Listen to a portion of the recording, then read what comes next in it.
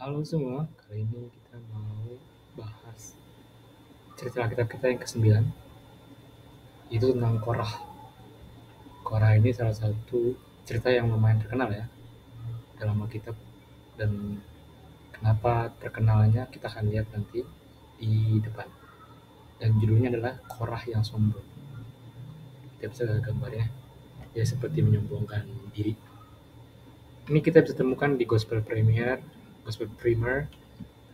di Passion Root September 10 1903 dari E.G.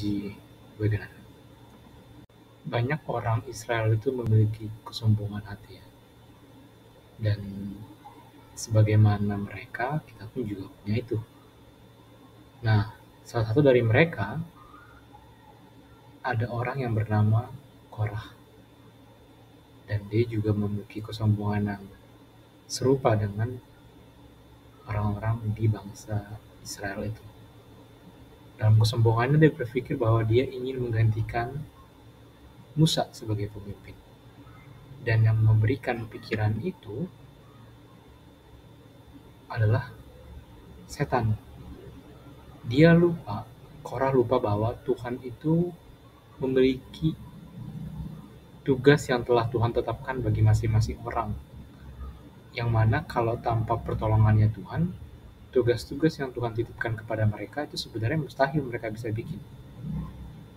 Dan kalau Tuhan yang memilih mereka, Tuhan yang menggunakan mereka, Tuhan akan menuntun mereka untuk melakukan pekerjaan mereka dengan baik.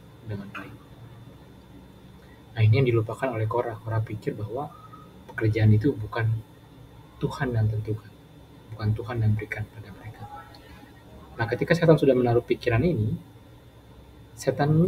Korah bukannya justru meminta Tuhan untuk menyingkirkan pikiran itu, tapi dia justru malah membiarkan pikiran itu terus berkembang dalam pikirannya.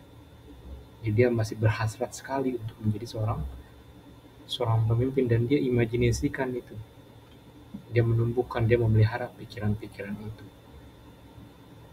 Nah, jadi dia memikirkan dirinya sebagai pusat perhatian dari dirinya sendiri.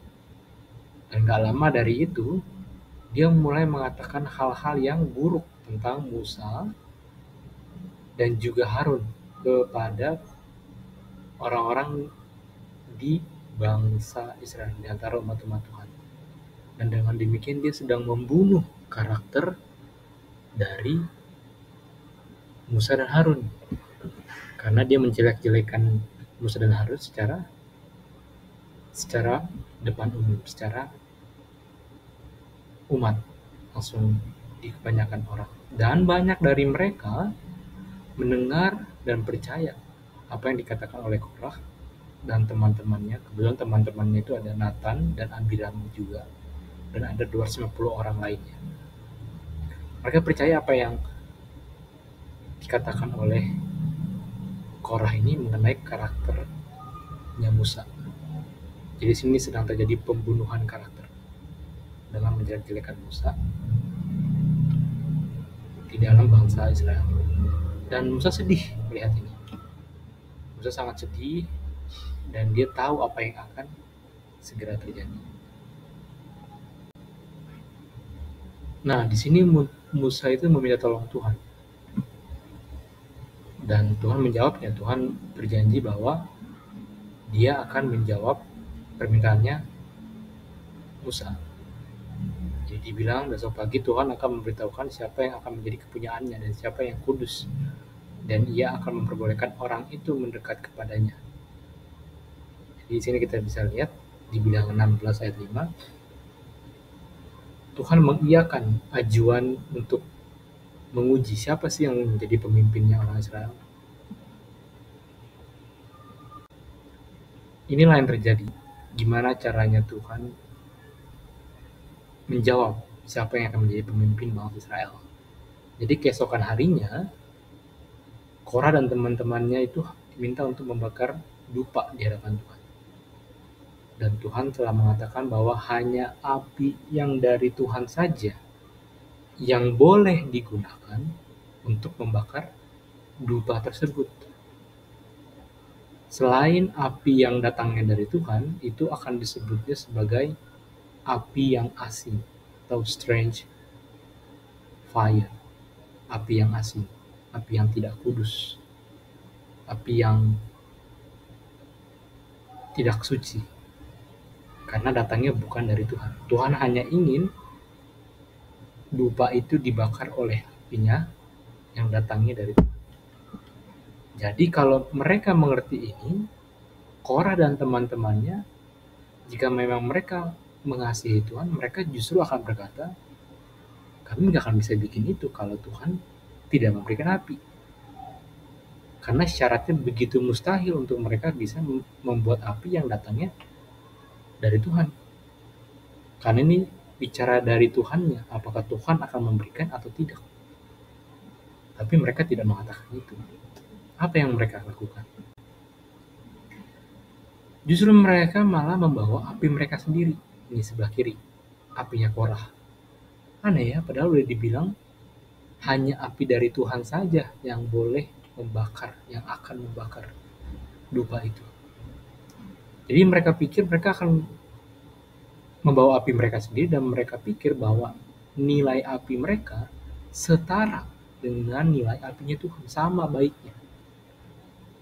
Bayangin ya, kebaikan manusia disamaratakan dengan kebaikan Tuhan. Di sini udah kesombongan yang begitu luar biasa. Mereka pikir mereka punya kebaikan bisa disetarakan dengan apa yang Tuhan berikan. Jadi di bilangan 16 atau 18 disitu kita bisa lihat bahwa mereka masing-masing udah membawa mereka punya pembaraannya, lalu mereka taruh apinya mereka, bukan malah meminta api dari Tuhan. Itu menunjukkan bahwa mereka punya kesombongan. Mereka pikir bahwa mereka punya kebaikan setara, satu level dengan apa yang Tuhan miliki sebagai nilai kebaikan Tuhan. Kemudian Tuhan membuat bumi terbuka. Korah dan teman-temannya ditelan bumi. Ini ya, di foto ini. Ada Nathan, ada Korah, Nathan, dan Abiram. Dan juga ada 250 orang lainnya. Semua yang mendukung pergerakannya dari Korah untuk menggantikan Musa sebagai pemimpin dengan Korah, mereka semua ditelan. Kenapa? Karena semua mereka memiliki roh kesombongan. Mereka berpikir bahwa mereka punya kebaikan bisa disetarakan dengan Tuhan punya kebaikan. Mereka pikir bahwa nilai apinya Tuhan setara dengan nilai api yang mereka ciptakan, dengan api yang mereka miliki. Di bilangan 16 ayat 32 dan 33 dikatakan, dan bumi membuka mulutnya dan menelan mereka dengan seisi rumahnya dan dengan semua orang yang ada pada Korah dan dengan segala harta milik benda mereka. Ayat 33, demikianlah semua mereka yang ada pada mereka turun hidup-hidup ke dunia orang mati, dan bumi menutupi mereka sehingga mereka binasa dari tengah-tengah jemaat itu. Inilah kenapa cerita Korah lumayan cukup terkenal. Jarang untuk mendengar bahwa bumi terbelah lalu menelan manusia secara hidup. Ini pertama kali ada kisah tersebut, dan itu didasarkan oleh kesombongan di mana manusia berpikir bahwa manusia sama dengan Tuhan. Dan dengan demikianlah mereka berpikir bahwa mereka layak untuk menggantikan seseorang yang Tuhan sudah pilih. Pelajaran adalah jangan sampai kita menjadi seperti Korah yang penuh dengan kesombongan dan tidak mau melakukan hal-hal kecil. Memang hal kecil untuk membiarkan Tuhan menyalakan api. Hal kecil. Tapi hal kecil itu bagi kesombongannya begitu nyelekit, begitu sakit. Masa saya bikin api aja nggak bisa? Oleh karena itu mereka berusaha untuk melakukan itu. Mereka berusaha untuk membuat api mereka sendiri. Mereka tidak mau untuk hal itu dibiarkan semua dilakukan oleh orang lain.